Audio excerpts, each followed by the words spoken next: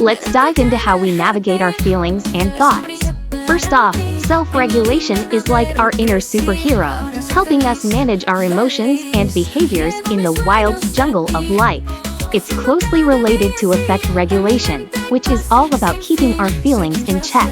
Think of it as your emotional thermostat, maintaining that cozy homeostatic balance. But wait, there's more! Our brains are a magnificent blend of biology, psychology, and social influences, which we call the biopsychosocial model. Within this model, we encounter the intriguing concept of alexithymia, where some folks have a tough time identifying and expressing their emotions. It's like trying to catch a cloud with a net. Now, let's talk about cognitive processes. Our attention acts like a spotlight, focusing on situational stimuli that help us interpret the world. Cognitive appraisal comes into play as we evaluate these situations, amplifying our emotional responses. Imagine your brain as a stage director, crafting a mental representation of what's happening around you. Speaking of imagination, it's not just for daydreaming.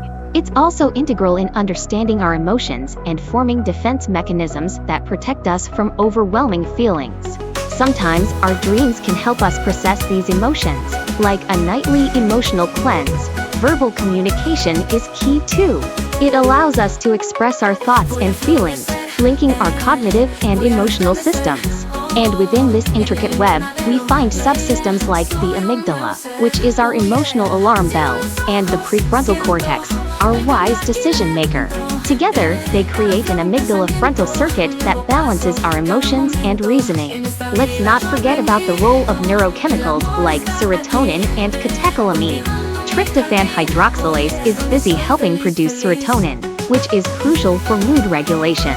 Meanwhile, the sympathetic activation system kicks in during stress, activating our fight or flight response and sending cortisol levels soaring.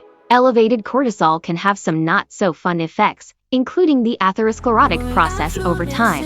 Our brains have an incredible way of managing these emotions through mechanisms like emotion awareness and emotion regulation.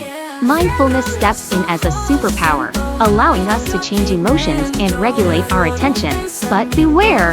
Avoidance can lead to overengagement, and we don't want to spiral into perseverative cognition, where we get stuck in a loop of overthinking. So, whether it's through the ventral and dorsal medial pathways or the orbitofrontal cortex, our emotions and cognition are tightly intertwined, guiding us through the complexities of life.